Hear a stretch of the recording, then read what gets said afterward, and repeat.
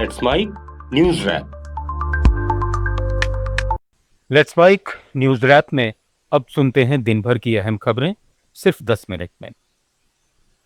तमिलनाडु में नई सरकार के गठन के बाद अब मंत्रियों के विभागों का बंटवारा कर दिया गया है। मुख्यमंत्री सी जोसेफ विजय सहित कुल 10 मंत्रियों को उनके मंत्रालय सौंप दिए गए हैं। नई सरकार में सीएम विजय ने गृह सहित कई बेहद अहम मंत्रालय अपने पास रखे हैं। एन आनंद को ग्रामीण विकास, आधव अर्जुना को लोक निर्माण, डॉक्टर केजी अरुणराज को चिकित्सा, के ए सेंगोट्टयन को वित्त, पी वेंकट रमणन को खाद्य, आर निर्मला कुमार को ऊर्जा, राजमोहन को तमिल विकास और डीपीआर, डॉक्टर टी के प्रभु को प्राकृतिक संसाधन और सेल्वी एस कीर्तना को उद्योग मंत्री बनाया गया है। इधर केरल विधानसभा चुनाव में यूनाइटेड डेमोक्रेटिक फ्रंट की जीत के बाद मुख्यमंत्री पद के लिए चुने गए वीडी सतीशन ने राजनीतिक दलों के बीच सेतु बनाने की कोशिश की है। भाजपा ने उनके निमंत्रण को स्वीकार कर लिया है। भाजपा राज्य अध्यक्ष नेमोम विधायक राजीव चंद्रशेखर ने तिरुवनंतपुरम में बताया कि सतीशन ने उन्हें व्यक्तिगत रूप से फोन कर शपथ ग्रहण समारोह में आमंत्रित किया, जिस पर उन्होंने धन्यवाद और शुभकामनाएं दी। भाजपा के विधायक और एनडीए के अन्य नेता सोमवार को तिरुवनंतपुरम के सेंट्रल स्टेडियम में होने वाले शपथ ग्रहण समारोह में शामिल होंगे। इस बीच विपक्षी एलडीएफ ने भी समारोह का बहिष्कार नहीं करने का फैसला किया है, जिससे केरल की राजनीति में सौहार्द का नया माहौल बनता दिख रहा है। वहीं पुडुचेरी विधानसभा में नई सरकार के गठन की तैयारी के बीच अन्ना डीएमके के वरिष्ठ विधायक ए अंबलगन को 16वीं विधानसभा का प्रोटेम स्पीकर नियुक्त किया गया है। उपुलम निर्वाचन क्षेत्र से 5 बार विधायक चुने जा चुके अंबलगन को लेफ्टिनेंट गवर्नर के कैलाशनाथन ने ये जिम्मेदारी सौंपी है। सोमवार को होने वाले शपथ ग्रहण समारोह में वे पहले खुद शपथ लेंगे और फिर नवनिर्वाचित विधायकों को शपथ दिलाएंगे। ये नियुक्ति एनडीए गठबंधन के सहयोगी अन्ना डीएमके को महत्वपूर्ण भूमिका मिलने का संकेत है। भारत के मुख्य न्यायाधीश जस्टिस सूर्यकांत ने कॉकरोच वाली अपनी विवादित टिप्पणी पर सफाई देते हुए कहा है कि मीडिया ने उनकी बातों को पूरी तरह गलत तरीके से पेश किया। जस्टिस सूर्यकांत ने सोशल मीडिया पर जारी लिखित बयान में स्पष्ट किया कि उनकी टिप्पणी पूरे देश के युवाओं के खिलाफ नहीं थी, बल्कि उन लोगों के खिलाफ थी जो फर्जी डिग्रियों के आधार पर वकालत, मीडिया, सोशल मीडिया और अन्य पेशों में घुस आए हैं। उन्होंने ऐसे लोगों को परजीवी कहा था। आरजेडी सांसद मनोज झा ने एक सार्वजनिक पत्र के जरिए मुख्य न्यायाधीश की भाषा पर चिंता जताई है।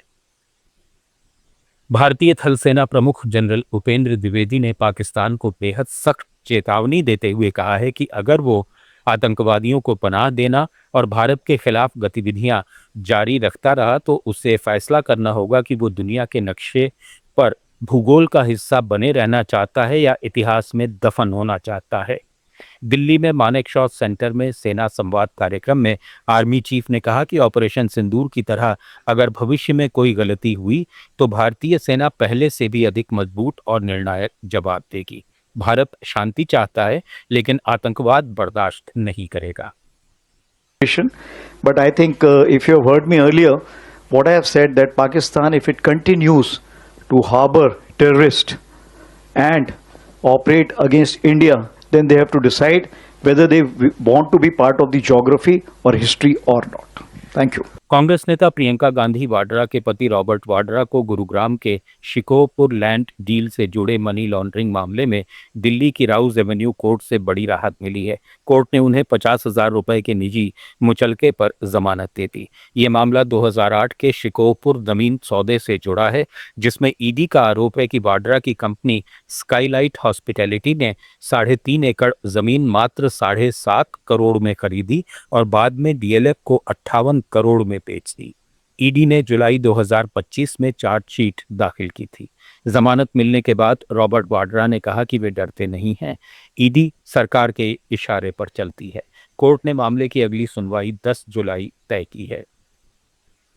प्रधानमंत्री नरेंद्र मोदी ने नीदरलैंड्स की राजधानी हेग में भारतीय समुदाय को संबोधित करते हुए कहा कि पासपोर्ट का रंग, पता या समय क्षेत्र बदल सकता है, लेकिन हमारी भारतीयता कभी नहीं बदल सकती। यहाँ भारतीयों का जो उत्साह और प्यार देखा, वो देखकर कुछ पलों के लिए वे भूल ही गए कि वे नीदरलैंड्स में हैं।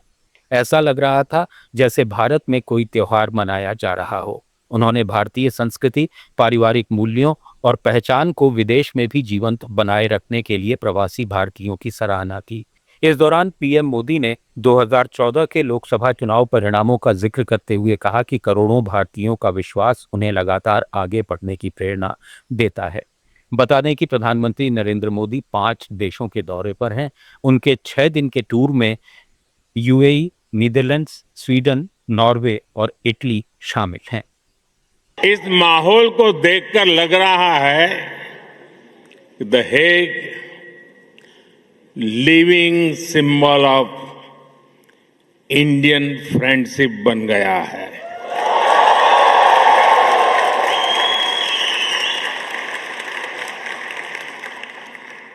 ये दिखाता है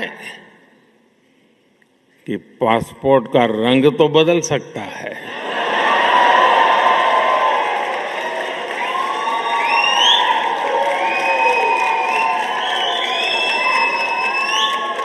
एड्रेस भी बदल सकता है, टाइम जोन भी बदल सकता है, लेकिन मां भारती की संतानें कहीं भी रहें,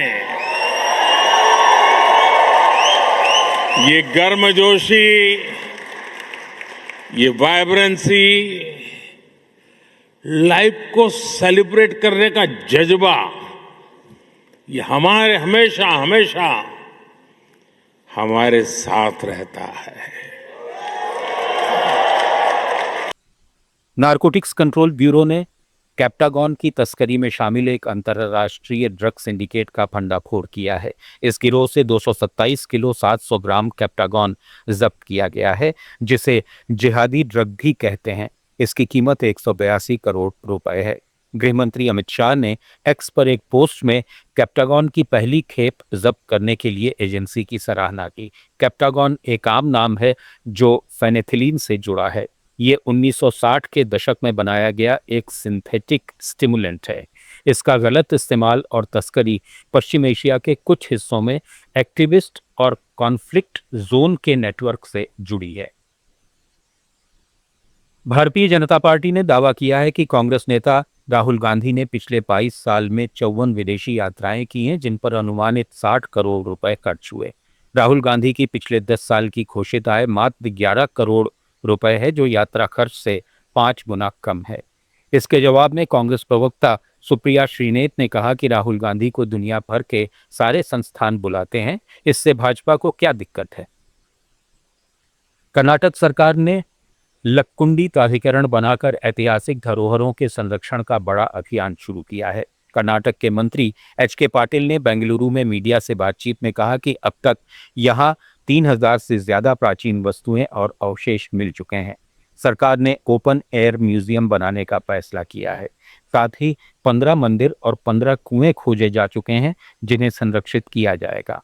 चुनाव आयोग पर पाटिल ने कहा कि आयोग को निष्पक्ष और पारदर्शी तरीके से काम करना चाहिए ताकि किसी भी नागरिक का मतदान अधिकार प्रभावित नहीं हो। केंद्रीय गृह राज्य मंत्री बंदी संजय कुमार के बेटे बंदी भगीरथ की मुश्किलें बढ़ती जा रही हैं। तेलंगाना में नाबालिग लड़की से यौन उत्पीड़न के पॉक्सो मामले में फंसे भगीरथ के विदेश भागने की आशंका में साइबराबाद पुलिस ने लुकआउट सर्कुलर जारी कर दिया है। एक दिन पहले ही तेलंगाना हाईकोर्ट ने उनकी अग्रिम जमानत याचिका पर सुनवाई करते हुए गिरफ्तारी पर अंतरिम रोक लगाने से इनकार कर दिया था। पीड़िता की मां की शिकायत पर दर्ज मामले में पॉक्सो की गंभीर धाराएं लगाई गई हैं। दूसरी ओर भगीरथ ने पलटवार करते हुए लड़की के परिवार पर 5 करोड़ रुपए की उगाही और ब्लैकमेलिंग का आरोप लगाते हुए अलग एफआईआर दर्ज कराई है। इस मामले में अब सियासी बवाल भी होने लगा है और मंत्री को हटाने की मांग बढ़ती जा रही है। न्यूज रैप में फिलहाल इतना ही। बने रहिए लेट्स माइक के साथ। आप सुन रहे थे let's mic more than radio. Follow कीजिए हमें हमारे सोशल मीडिया प्लेटफॉर्म्स पर।